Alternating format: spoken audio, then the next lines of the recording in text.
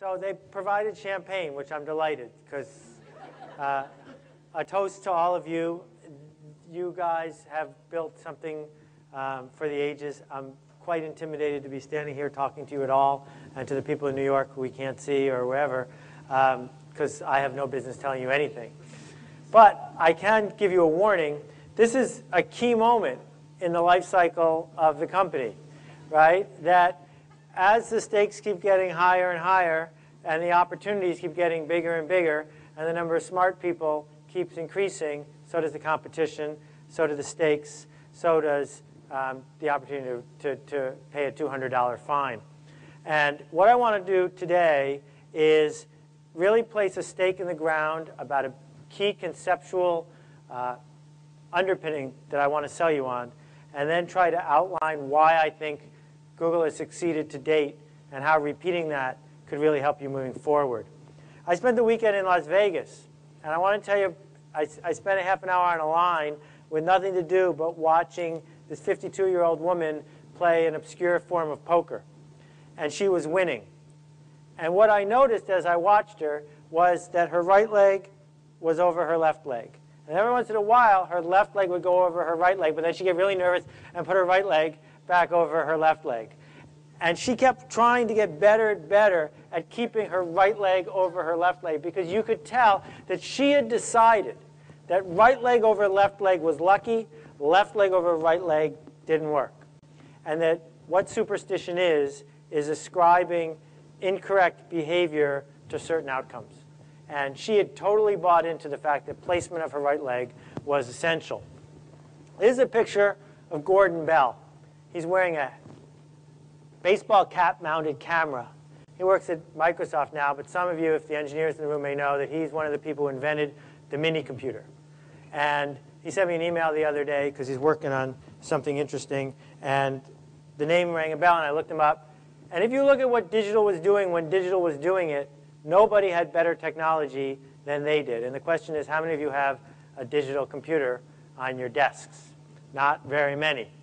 That there is a belief among a lot of companies, especially in the Valley, especially on this road, Amphitheater Road, that technology wins. And what I want to sell you really hard on is not that technology wins, because I don't think it does. I think what technology does is it gives you a shot at marketing.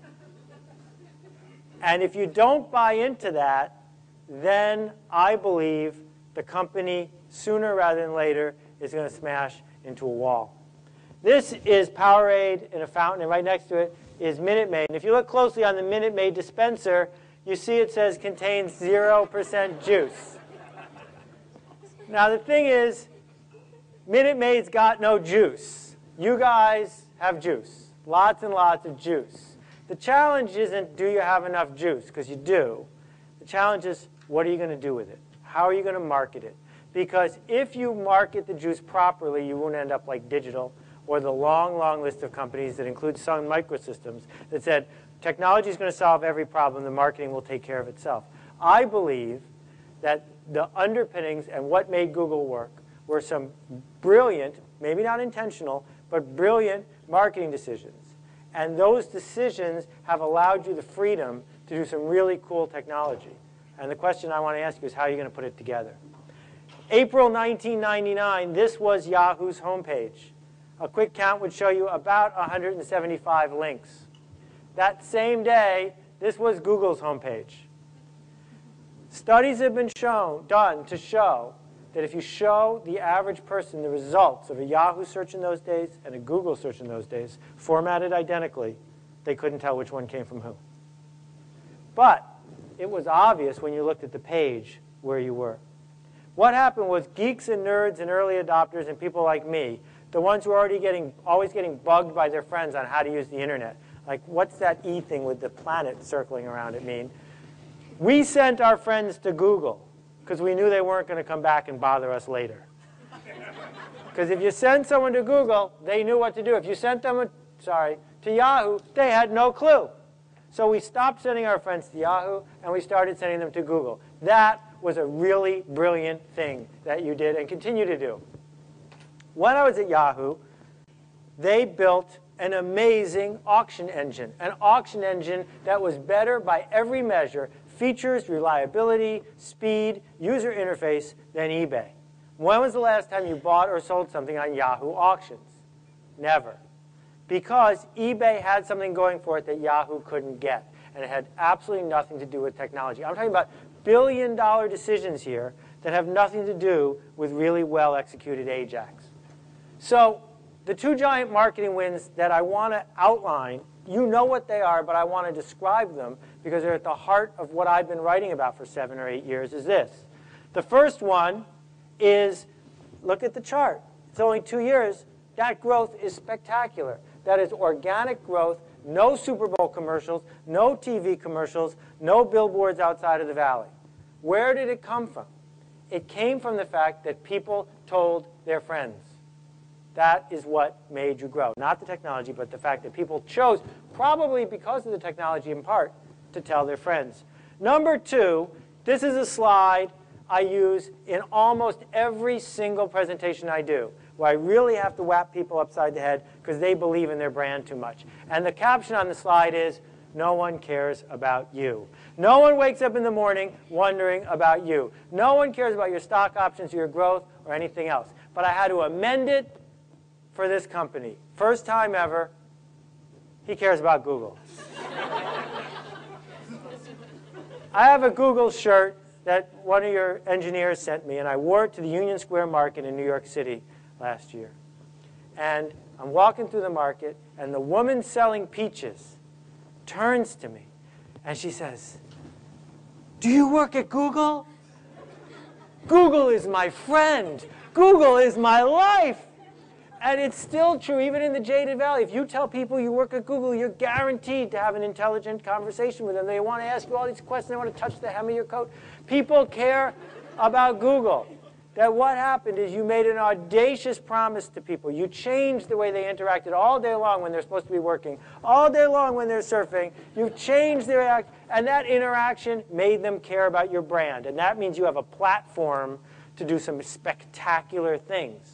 But if you blow it just a few times in a row, they won't care about Google anymore. And you'll be back to that slide, wherever it is, that slide.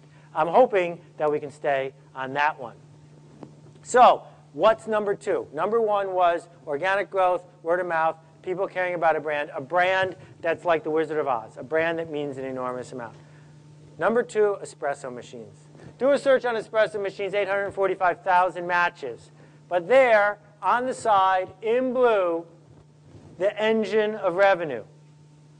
Why did it work?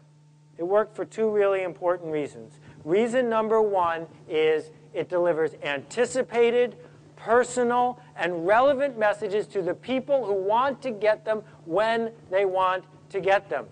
I do not want to see an AdWord for espresso machines when I'm in the middle of driving down the highway.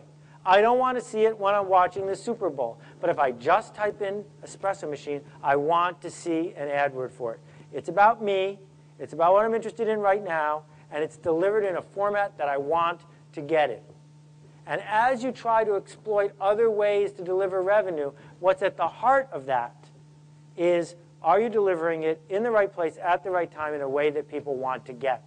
And it's what I call permission marketing. The privilege of marketing to people who want to be marketed to, of selling to people who want to be sold to. So when I look at some of the other initiatives that you're going down the road with, they may be leveraging some of the people who are used to paying you money, but they're not about delivering that sort of message in that sort of way to someone who wants to get it. And that is at the core of what's driven the revenue of this company. The second reason that those ads work is that they used to cost a nickel. And the difference between the way Google put the wedge out there to get people who didn't advertise on the internet to advertise on the internet and everybody else is everybody else hired a lot of really expensive salespeople and tried to get Procter & Gamble to give them $1 million. I was in that category. I got Procter & Gamble to give my company almost $1 million for advertising. It takes years, and they end up forcing you to make average stuff for average people that doesn't work very well, and then you got to go out and make more sales calls. But you guys said, it's a nickel. and some fringe person took you up on it, and it worked. And someone else came along and said, I'll pay a dime for that. And then someone else, and so now an espresso machine ad costs $5.82, no sales force required. Put those two pieces together, and you have this magnificent engine. And the challenge is, how can you take care of the buyer and the prospect in a way that makes them both happy? So the new book, the one you have a free copy of, free lunch, free scooters, free books, unbelievable, is about cats. I hate cats. They just give me the creeps. Big ones, little ones, all cats. My son, Mo, whose birthday was yesterday. That's why we had cake to go with the champagne. My son, Mo, made a contract with the people across the street that he was going to take care of their cat. And after a little while, it was a bit of a pain in the neck, and suddenly the cat was in danger, was going to starve to death. I had to take care of the cat. Don't like cats. Turns out the cat only eats Fancy Feast cat food. Fancy Feast cat food, 3 times the price, half the size, super stinky. First thing to understand about cat food is not for cats. If cat food was for cats, it would come in mouse flavor. Cat food, baby food is not for babies either, but that's a whole other story. Cat food, you know, this flavor, my favorite one is this one, it's grilled salmon. Because, of course, cats in the wild, they hold out till you call your cat in from outside where it's torturing a small rodent, and you give it this stuff that costs $5 a can. Why? It's not for the cat. It's for you. Look what it says on the back of Fancy Feast cat food and on their website. Fancy Feast gourmet cat food is finely ground and smooth, like pâté, offering a taste and texture to please every cat's discriminating palate. Now, the cats in California are really nervous about that new foie gras law, so you're just going to have to leave the state if you've got one. But my point is that what the marketers at Fancy Feast figured out how to do is tell a story. When you buy Fancy Feast, you are not buying sustenance for your cat. You're buying well-being for yourself. How do I explain the fact that every day 30 million pet plastic bottles end up in landfills in the United States when 30 years ago there was zero market for what we call bottled water? The water in the United States is the best in the world, and the stuff that comes out of the tap is free. People don't buy bottled water because they need it. We don't. We buy it because we want it, and what we want is the story we tell ourselves. We tell ourselves a story about well-being and freshness and portability and crispness and all that other stuff. And so we're paying $6, $7, $8 a gallon for it. Chanel No. 5, no one needs that, but it costs $25,000 a gallon. And when we buy it, we're buying the story, the way it makes us feel. Well, here's the thing. Back to that peach seller in Union Square. Google makes people feel a certain way when they do it. If all we had was the code on your servers, we might be able to sell it on eBay for a couple $100,000. But the story that the stock market tells itself, the story that users tell themselves, the story, the belief that we've got when we use it is priceless. And the challenge that you've got, since every person in this company is a marketer, some of them are marketers who code, is to deliver on that story. How many of you remember these when you were kids? You're all geeks. You all remember this, right? How many of you wanted a pair of X-ray specs? I'm going to ruin the secret, just in case you were curious. The secret of X-ray specs is the ad promises that when you hold your hand up and you put on the glasses, you can see the skeleton in your hand. Turns out you can't. Of course, if you hold up a book, you can also see the skeleton in your hand, or a cat, you can see the skeleton in your hand. Because on the glasses is etched a little skeleton of your hands. Now, these cost $1, and if you're 11 years old, $1 is a lot of money. So you mail out the $1, and you already have your money's worth. Because for 2 weeks, you're dreaming about the power you're going to have when you have the glasses. For 2 weeks, you're imagining the havoc you're going to be able to wreak at school. Then you get them. You're heartbroken for like 10 seconds, and then you say, who can I fool? And you get 2 more weeks of joy for $1. That's what we're doing here. That's what we do with almost everything we make, unless it's about feeding people or sheltering them. We're giving people stuff they want, a story they can tell themselves.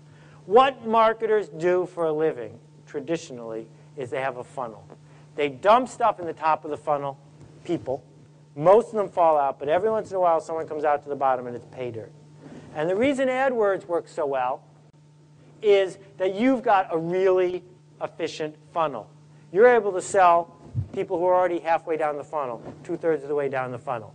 Right? If I want people who type in experimental kidney cancer treatment, that person isn't way up at the top. They're down here, and they're worth more. And the thing about funnel marketing is it's getting more and more expensive to put people in on the top. And what my new writing is about taking that funnel and flipping it onto its side and turning it into a megaphone. That what helped Google grow is not that you paid a lot of money to put a lot of people in the top, which is what started Amazon. But instead what happened is that you flipped the funnel and you figured out a way to get people like me to tell 100 people or 1,000 people what you had. And when I see a new Google thing coming down the road, I can look at it and I can tell, so far I haven't been wrong once, whether it's going to spread or not, whether it's going to succeed or not. And it's all about, does the funnel get flipped? The Gmail marketing was brilliant.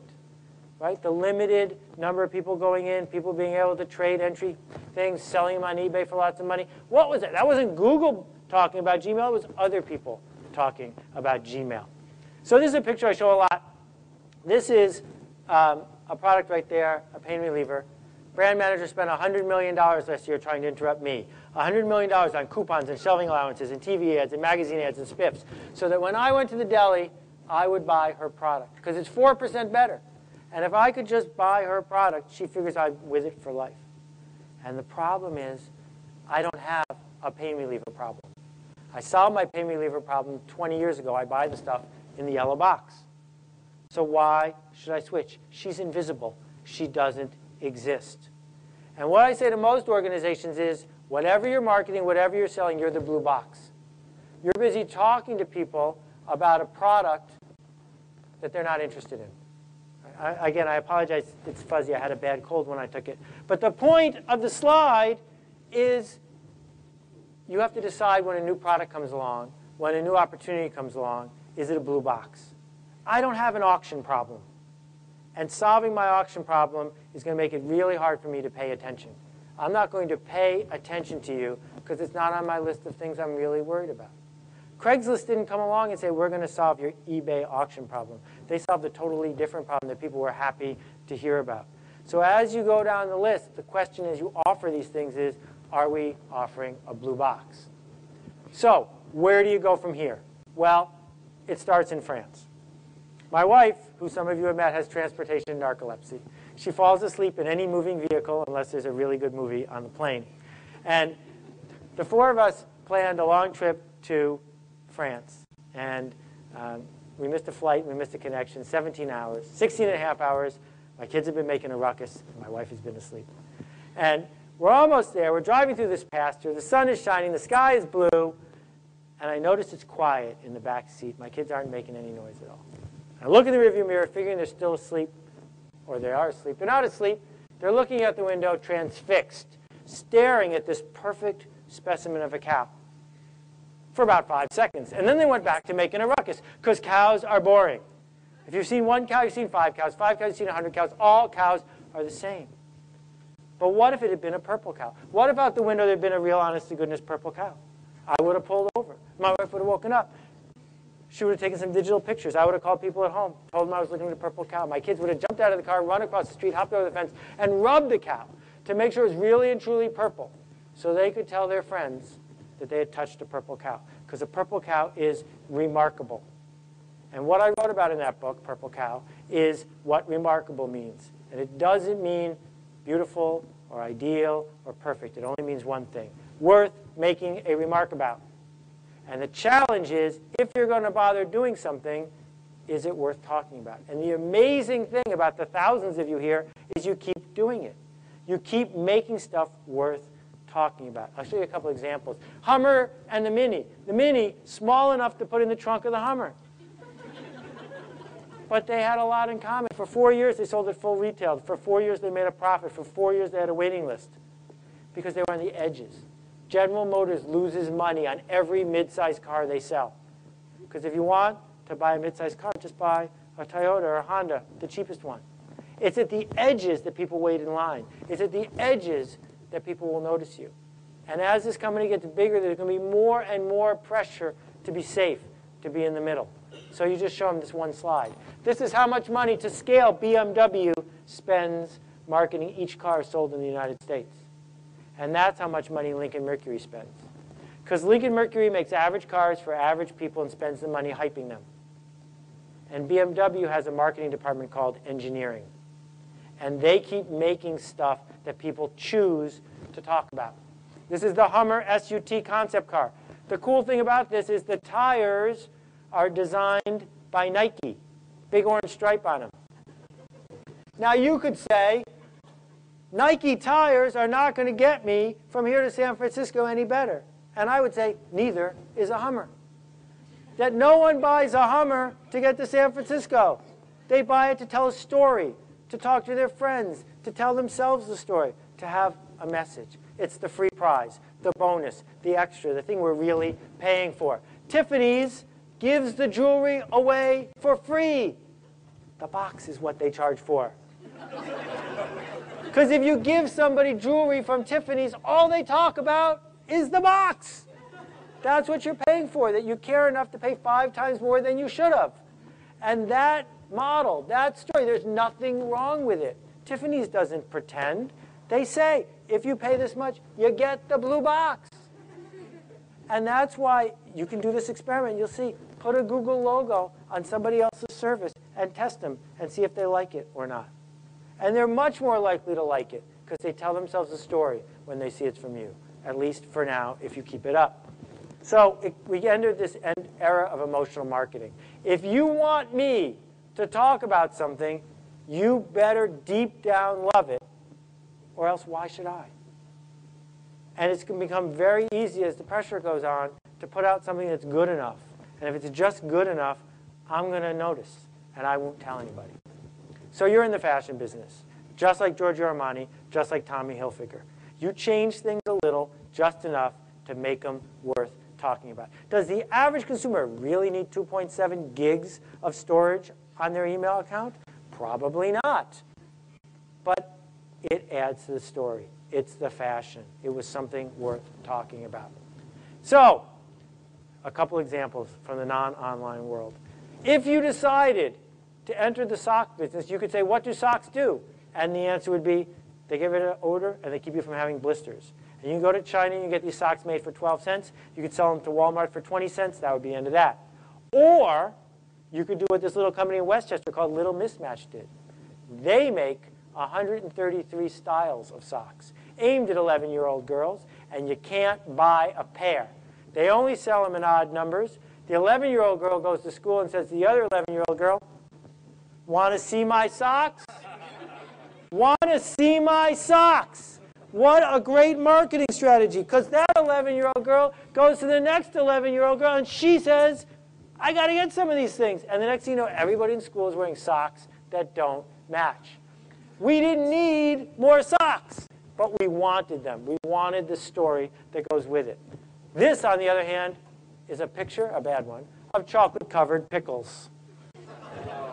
So, I want to just spend 1 minute talking about what I've been working on for the last 6 months, and then wrap things up and make sure I have plenty of time for questions. I don't think people surf the web. I think that this whole idea of surfing the web is a little bit of a fraud. Because when you surf, you're effortlessly, if you were good at it, effortlessly going from side to side, thing to thing. That's not what really people do. What they do is they poke. They poke around a lot. Poking in, poking out. So if you went to that espresso machine thing, what you'd probably do is click on one, realize it was SEO, back off. Click on one of the ads. Oh, yeah, click back. Click on another ad, click back, which is good for you because that's 20 bucks of revenue if they do it 4 times. But back and forth and back and forth. And then finally, what you've done is you've established all these clues. You've gotten all these little things that you needed. And the problem with clues is they're too slow. The problem is that, yeah, you could find 1.9 million matches on almost any 1 or 2 word search, which is what almost everyone does. And you could poke and you could poke and you could poke and you poke.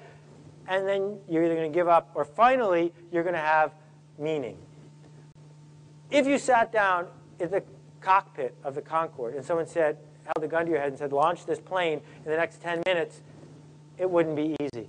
There's no way you're just going to flip the first switch you come to. You're going to take a few minutes. You're going to look around. You're going to try to make sure you understand the big picture before you fire up the engines. That this search for meaning is the opposite of what most people experience when they're online. They're really trapped. They're stuck.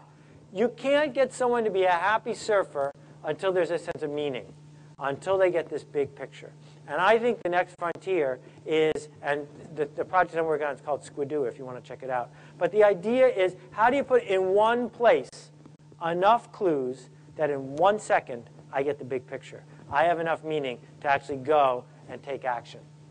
So I'm going to close by showing you 2 charts and telling you one story. This is what brought us Revlon and Procter & Gamble and even Cisco.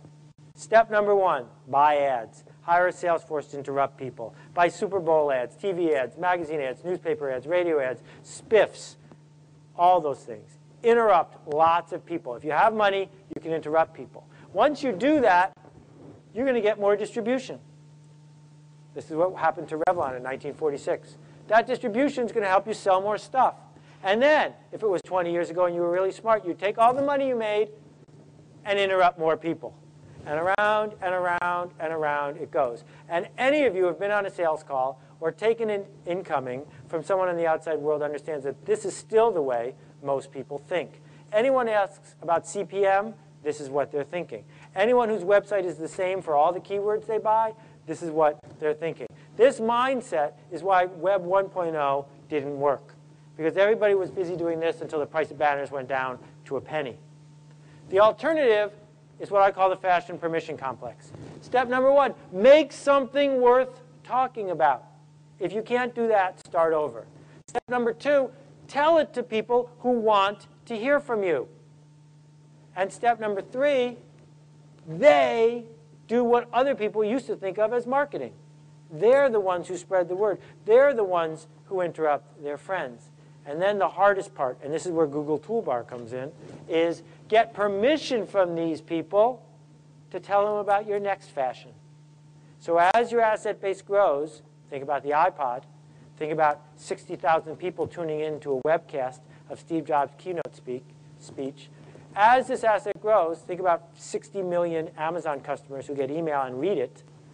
You have the ability to launch new fashions. And you don't have to start from scratch every time. And you end up not trying to find customers for your products, but finding products for your customers.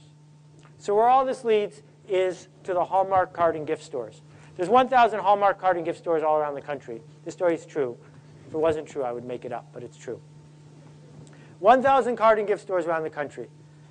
Hallmark has a group of people they call their heavy users. The average Hallmark heavy user buys 52 greeting cards a year, not counting Christmas. And the problem is in July, unless you're stocking up for your Labor Day wrapping paper or your Rosh Hashanah gifts, there's just not a lot of reason to go to a Hallmark store. So they were pretty slow in July. This guy named Don comes up with an idea. Collectible Christmas ornaments. $10, limited edition, only in July. So if you're a heavy user, you stumbled into the store in July, you've given a level of permission to the clerk. She says to you, have you seen the new collectible Christmas ornaments? And now a conversation takes place, built around the brand, built around interaction, that leads to that person seeing the Christmas ornaments, and in that moment, she gets $10 worth of joy before she even bought them. $10 thinking about how her family's going to feel, thinking about being in on the ground floor, thinking about selling her whole collection just before she dies, thinking about the whole family feeling the beautiful tree. She buys the Christmas ornament. And on the way out, the clerk says, can I have your name and address so I can send you an anticipated, personal, and relevant postcard next year when the new Christmas ornaments are ready? Sure.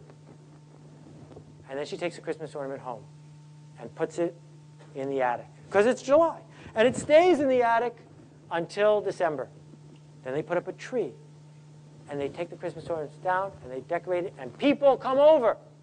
Blanche, what a lovely tree. Betty, do you like it? They're my new collectible Christmas ornaments from Hallmark. A whole conversation takes place that Hallmark didn't pay for. Right? If this sounds like Google, it's because it should. Hallmark did pay for it by making something worth talking about in the first place. But now here's the missing link. At the end of the conversation, Blanche says to Betty, next year, or Betty says to Blanche, next year, when I get the postcard, we'll go together. And year after year after year, with no advertising at all, they built this business of people who wanted to get the postcard. And in 1999, the Wall Street Journal wrote a detailed article about it. And it turns out that on July 17th, Don sent the postcard to the people who wanted to get it. And in one 24-hour period, he sold $100 million worth of junky Christmas ornaments and made $92 million in profit, which is about how much you guys made on July 17th, but still. And here are the two questions. Question number one, is it time for Don to ask for a raise? The answer is they made him the chairman of the board of Hallmark 2 years ago. And question number two is, when are you going to build an asset like that one? Right now, you have no idea who I am. You have no idea what I search for. You have no permission to talk to me directly. And I want you to do all those things. But you can't do it unless you ask first. And the opportunity with the toolbar, the opportunity with the interactions, the opportunity with Gmail, with all the other things you're building, is to start now before it's too late to build in a permission asset, to build in the ability to have people want you to be a closer partner, to be there so that you can make them the next fashion and they'll listen in one day. And then you can get to the next thing. Building that asset has eluded almost everybody who's ever been on the net. The notable exceptions are Amazon and eBay. And what the opportunity here is to keep building remarkable stuff, but to build it with the compass that says if we build stuff that people want to hear about in a way they want to hear about it, they'll want to keep interacting with us. So I'm going to stop there. I got about 10 or 15 minutes for questions, and I know Katina is going to hit you upside the head if you don't answer. Ask them. I'll answer them. Or you can answer them. Oh, I hate that. Okay, all right, we can go. Well, yeah, because everyone will leave, and then I'll feel really bad. Okay? So you can't leave until you ask questions. Who's got any? I'll call on people. I've done it before. Yes, please. You talked about the blue box. The Google Mini, the product I represent, is a blue box. What advice do you have for me? I'm sorry, I didn't hear the Google. The Google Mini, it's a search appliance for small and medium businesses, so it's google.com technology. Right. So the question is, I'm sorry, what's your name? Patsy markets the Google Mini, which my wife has a Mini, and I'm visualizing this orange convertible. It searches. Right. So the Google Mini is a search appliance for small and medium-sized businesses. She thinks she's got a blue box. I think she doesn't. And I think you don't, because you're falling into a fairly common trap, which is it's really important to you.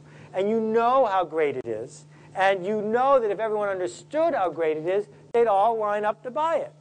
The problem is, A, most people don't have a search appliance problem. They don't wake up in the morning and say, how am I going to solve this search appliance problem? And because they don't have it, you are stuck. So when you said blue box, I thought you meant the Tiffany box. You're in the other blue box. We agree. Yes, you're that blue box. So the challenge you've got is that small businesses rarely tell each other about these sort of successes. So if I bought one and it worked, I would not tell my friend who also owns a small business, you got to get this thing. So it's a problem. It's not entering a marketplace that's geared to have these conversations. So as an organization, you need to help them have the conversations. That by bringing these people together, the ones who have it and the ones who don't, by figuring out platforms where it's easy for people to talk to each other, they're more likely to talk about it. You can't say, everyone in the room, let's talk about the Google Mini. But what you can do is share a couple case studies and get out of the way and let them tell each other the truth. And that as you build these communities of people who talk to each other, things happen. So if I'm a Yellow Page ad salesman, the very best thing that could happen to me is I get to talk to the Chamber of Commerce. Because a third of the people there have had success with Yellow Pages. Then I leave. And those third of the people stand up and start talking to the other two-thirds of the people. And this idea of sneezers, the powerful ones. I'd go find people who have really successful blogs who are small business people, like the guy who runs Fogbugs. And I'd give him one. And I'd say, no strings attached, here it is.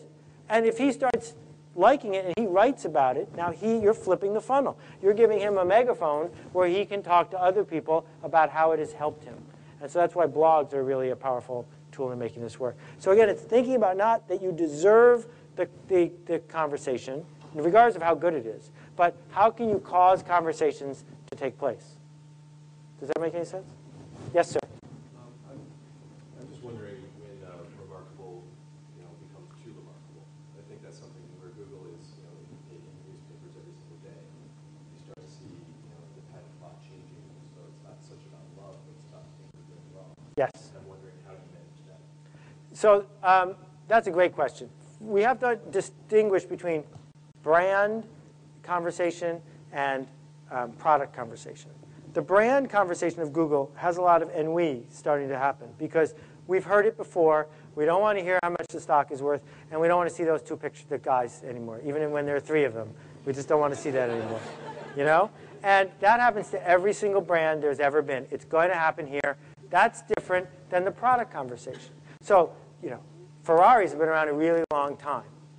But when the new Ferrari comes out, we want to see it on the cover of Road and Track. So that's not a conversation about Ferrari. That's a conversation about the Modena.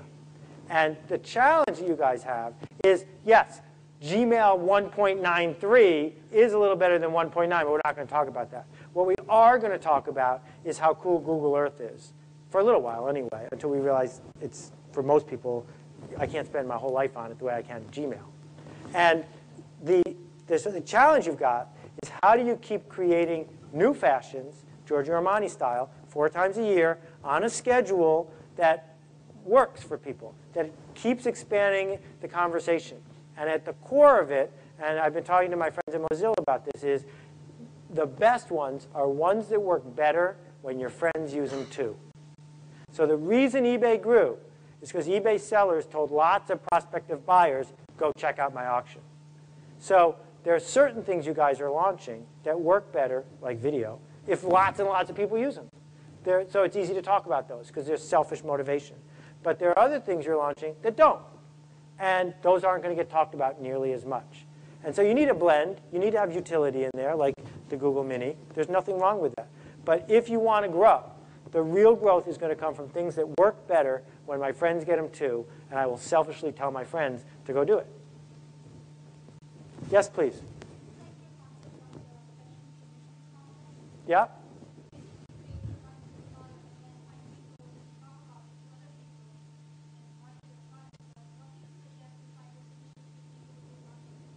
They find you. Okay? So the question is, where do you find the first group of people to tell your story to? The answer is, they find you.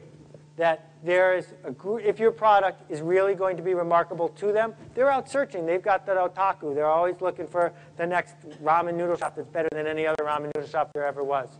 And so the people who are in the fashion business don't have to run lots of TV ads, which is worth more than Vogue without the ads, because they're paying attention. So the beauty of it is you already have the attention of millions and millions and millions of people. The challenge is not to bludgeon all of them when you have something that appeals to a small number. That instead, it's about slicing the group into their real desires and obsessions, and talking to the smallest possible group, overwhelming that group with the goodness of it. So my favorite example is Napster. Napster could have launched in nursing homes.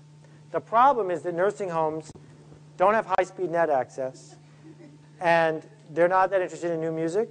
But the real problem is that people in nursing homes don't know many other people, whereas people on college campuses know 50 other people. So you could persuade one person in one nursing home, but she'd only tell 3 people. Persuade one person at the University of Michigan, he tells 50. And they tell 50, now you're at 2,500. So it's going to grow much faster.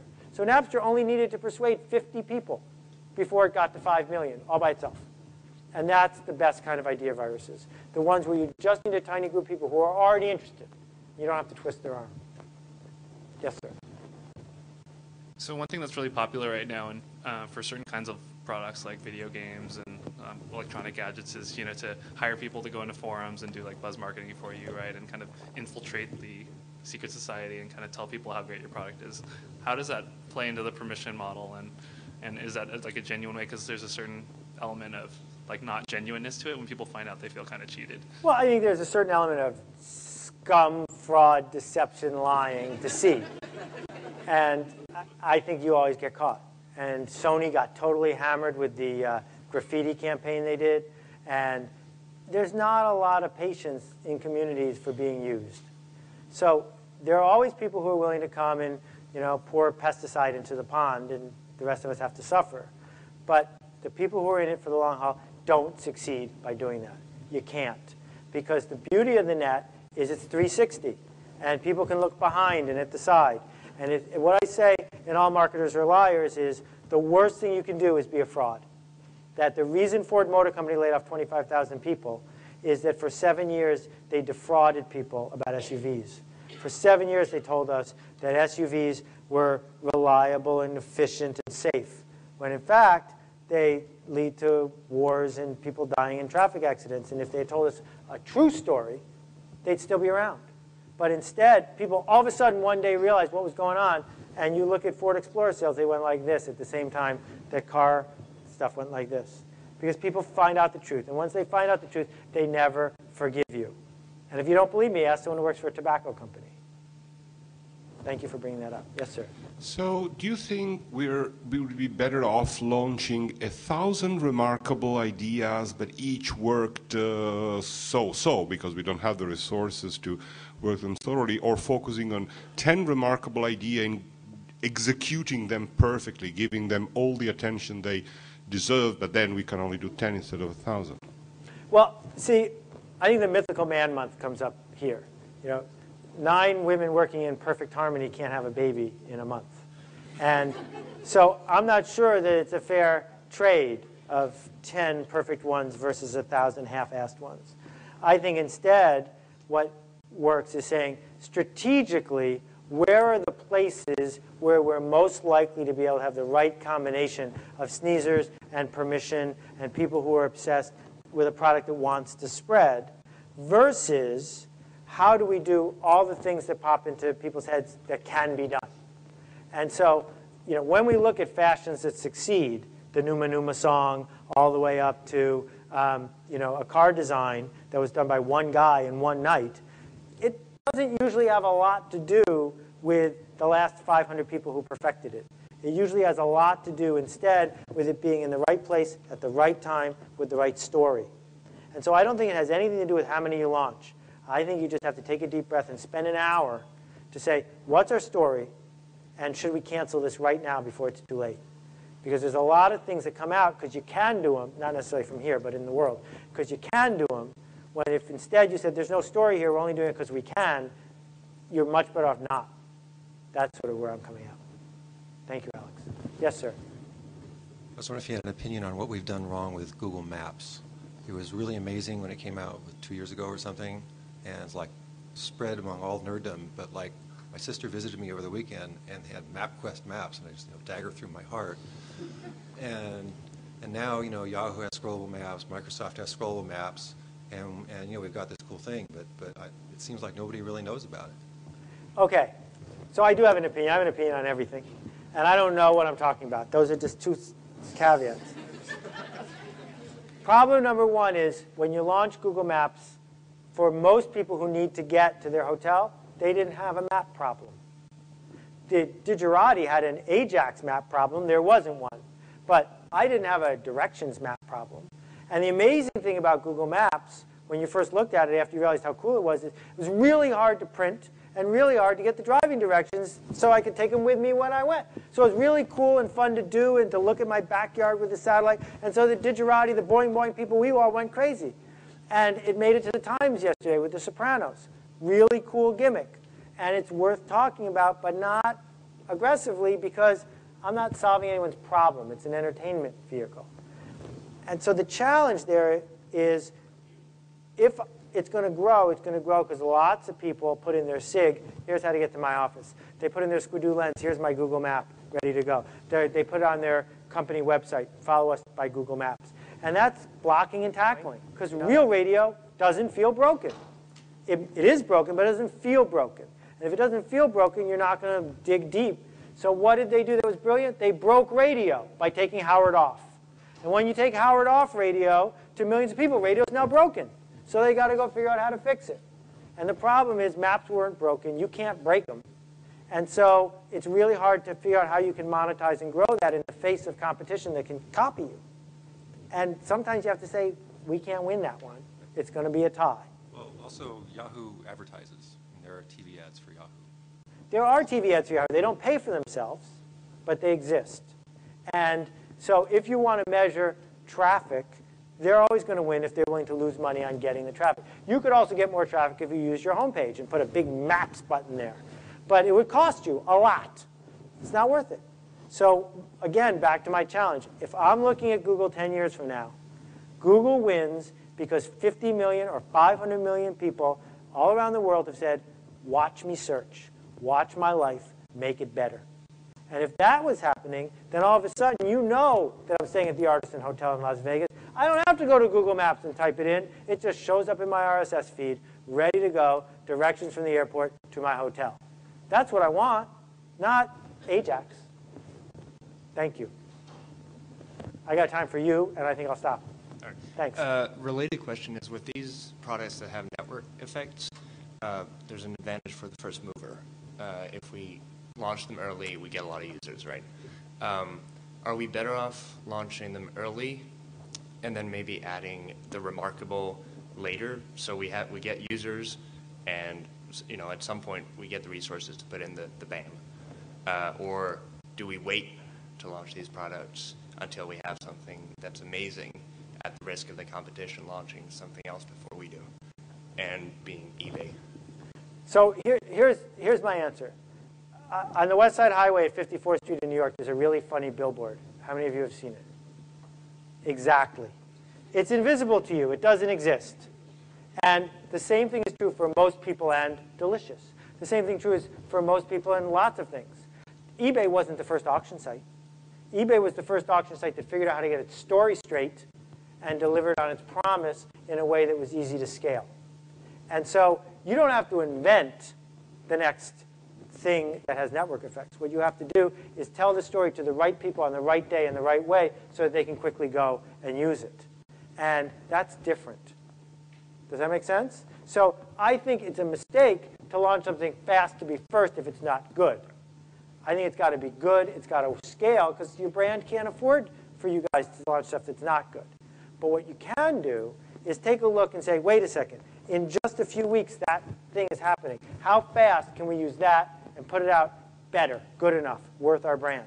And it's not a year. It's 8 to 12 weeks, because that's how long your competition is going to take to put something like that out. But if the mindset is, we're Google, it must be flawless, then you're never going to be able to have a purple cow, because we've all the literati have seen it before. And if we've seen it before and you're the Me Too copycat company, then you become like a company up the coast a little bit. You don't want to be them. So I'll quit while I'm ahead. Thank you again for your attention. Keep up the great work. I'm a big fan.